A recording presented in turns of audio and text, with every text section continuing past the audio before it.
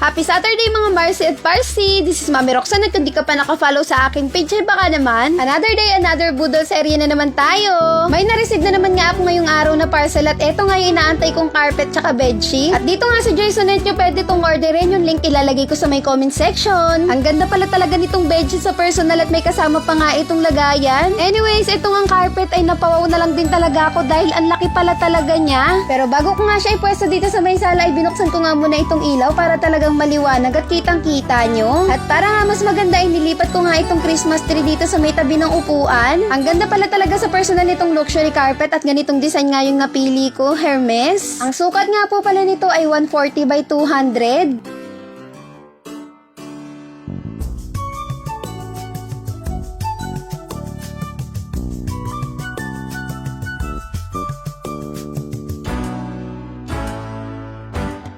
Pagkatapos ko nga sa may sala ay dumiretso naman ako dito sa kwarto para nga isukat itong bedsheet dito sa may higaan namin. Eto nga pala yung nauuso ngayon na no look at no gusot bedsheet. May kasama na nga rin pala itong 2 punda at checkered nga yung kanyang design.